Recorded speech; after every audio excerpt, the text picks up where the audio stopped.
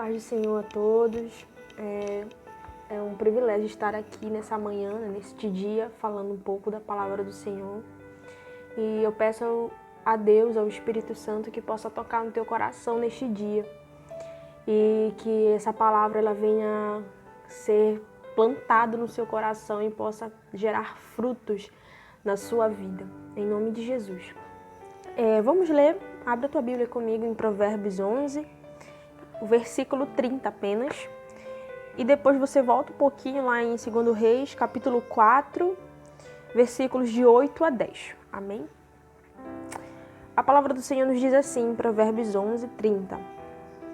O fruto do justo é árvore de vida, e o que ganha almas é sábio. Aqui em 2 Reis, capítulo 4, versículos de 8 a 10, nos diz assim. Sucedeu também um dia que, indo Eliseu a Sunem, havia ali uma mulher importante, a qual o convidou para comer pão, e sucedeu que todas as vezes que passava por ali, entrava para comer pão. E ela disse a seu marido: eis que tenho observado que este que sempre passa por nós é um santo homem de Deus. Façamo-lhes, pois, um pequeno quarto junto ao muro, e ponhamos ali uma cama, uma mesa, uma cadeira e um candeeiro. Assim, vindo ele a nós, para ali se recolherá. Que palavra abençoada, né? Eu fiquei pensando sobre a questão de nós termos uma responsabilidade. Nós carregamos conosco uma responsabilidade deixada por Cristo. A partir do momento que você aceita Jesus, a partir do momento que você levanta a bandeira do Evangelho, a partir do momento que você se torna um cristão, que aceitou o Evangelho genuíno de Cristo, você carrega consigo uma responsabilidade. E que responsabilidade é essa? Ser um imitador de Cristo. Se parecer com Cristo. Não é fácil, mas é possível. Não é uma tarefa impossível de você fazer, ela é possível de você fazer. Sabe por quê? Porque antes de Jesus partir aos céus, ele disse que iria deixar conosco alguém, o Consolador, o Espírito Santo. E ele nos mostraria, nos ensinaria aquilo que nós precisaríamos fazer. Então, se você tem o Espírito Santo de Deus na sua vida, ele pode te mudar, ele pode transformar a sua vida. A palavra do Senhor, ela é a nossa bússola, é o nosso manual de instrução que nós devemos seguir para vivermos uma vida na plenitude e na sabedoria do Espírito Santo. Porque nós carregamos isso conosco, nós precisamos evidenciar a mudança de Cristo através das nossas vidas.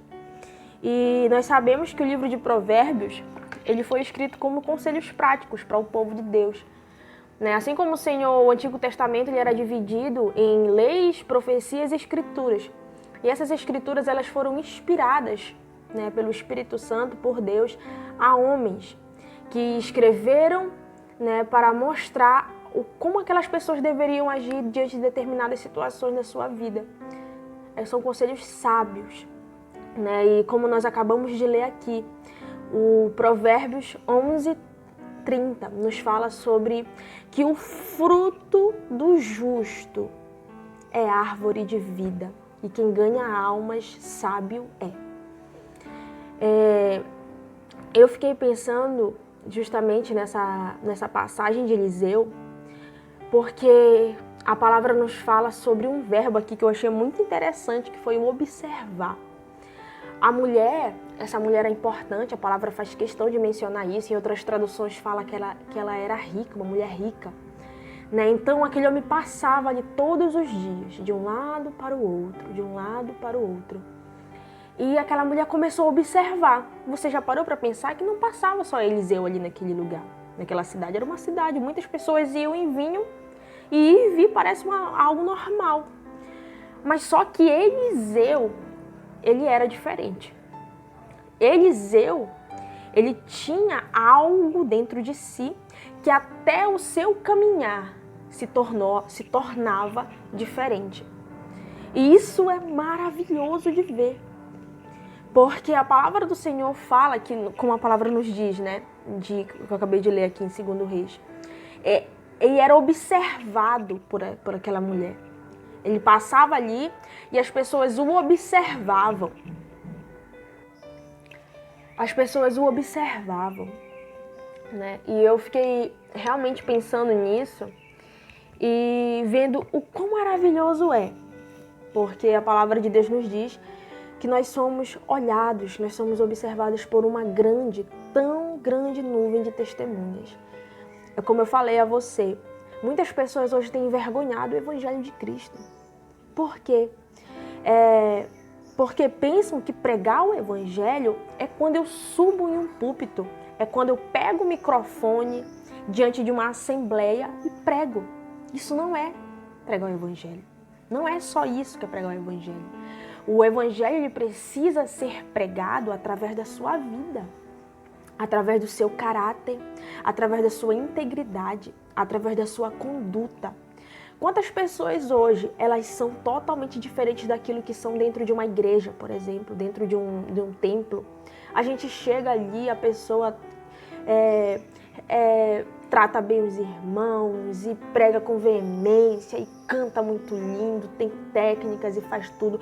Mas quando entra na sua casa, do portão para dentro, são pessoas irreconhecíveis. São pessoas que, se você colocasse uma câmera ali para observar, você ficaria até constrangido. Essas pessoas certamente ainda não entenderam e não aceitaram e não buscam isso para a sua vida, o Evangelho que muda vidas. Ou simplesmente só ouvem falar, como Jó fala, né? Jó diz que antes dele passar por toda aquela situação, ele só ouvia falar de Deus, mas não tinha tido um encontro realmente com Jesus. Porque a partir do momento que a gente tem um encontro genuíno com Cristo, não tem como permanecer a mesma pessoa.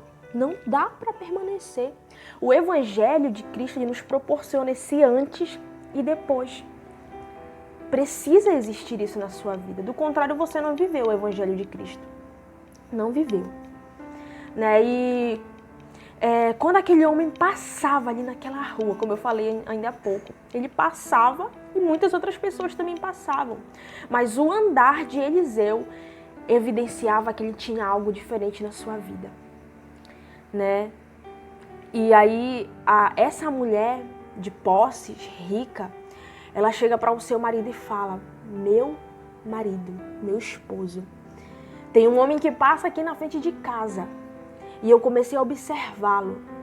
E eu sei, a palavra nos fala que ela fala com uma convicção tão forte.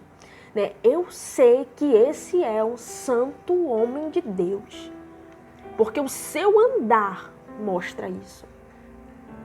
E nós precisamos evidenciar através da nossa vida o Evangelho.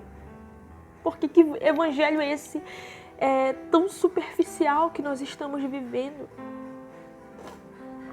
Aquilo só foi evidenciado através da vida de Eliseu porque era isso que ele vivia. Essa diferença que até no seu caminhar era observada é porque ele tinha isso dentro de casa, na sua intimidade com Deus. Eliseu era um homem íntimo de Deus. E quando nós nos tornamos íntimos de alguém, nós começamos a ser influenciados por esse alguém. Às vezes, quando nós andamos muito com amigos, nós começamos a falar igual, a adquirir certos hábitos, né? É algo que é natural nosso. Agora imagina só se você tiver uma intimidade com Deus todos os dias. Você a cada dia vai se tornar mais parecido com Ele. E que coisa linda isso. Você se tornar parecido com Cristo todos os dias. E todos os dias nós resistimos, como Paulo fala, uma guerra dentro de nós entre a carne e o espírito. E tudo aquilo que você alimenta, tudo aquilo que você como eu posso falar, investe, ele vai crescer, ele vai aumentar, ele vai dobrar de tamanho. Então, se você está alimentando a sua carne, ela vai vencer o espírito. Mas se você alimenta o seu espírito, a sua carne vai morrer, dia após dia. Você precisa, a cada dia, as suas escolhas hoje precisam evidenciar Cristo, né? E Provérbios nos fala sobre isso, que o fruto do justo, quem é o justo? Somos nós. Por que nós somos justos? Porque nós fomos justificados por Cristo. Através da sua morte ali no Calvário, através do seu sacrifício, nós fomos justificados por Cristo. Então, o fruto é aquilo que é gerado através de nós. Quais são os frutos que você tem gerado? Será que são realmente frutos dignos de arrependimento? Será que a sua vida ela tem demonstrado isso para as pessoas? Será que as pessoas olham para você e têm vontade de conhecer a Jesus? Será que é isso mesmo que tem acontecido? Provérbios fala que o fruto do justo é árvore de vida. Nós precisamos gerar algo mais consistente. Através do nosso fruto, precisa ser gerada uma outra árvore. E esta árvore ela precisa ser uma árvore que dê frutos de vida, não frutos de morte, não frutos podres. Nós temos uma missão. Jesus nos deu uma missão que nós precisamos executá-la. Nós seremos cobrados um dia por isso. Ide por todo mundo, pregai o evangelho a toda criatura, ensina as pessoas, pregue o evangelho genuíno que Cristo nos deixou. Nós precisamos voltar a essas raízes. Precisamos entender realmente o que é o evangelho. O evangelho é cruz, o evangelho é morte. Você precisa morrer para o mundo e nascer para Cristo. Isso precisa estar convicto na sua vida, na sua mente. Seja transformado pelo poder que há na palavra de Deus. Mas é necessário que haja busca. É necessário que você venha morrer para você hoje. Quais são as suas escolhas? Será que elas têm evidenciado aquilo que Deus tem para a tua vida? Não seja simplesmente alguém que coloca uma máscara.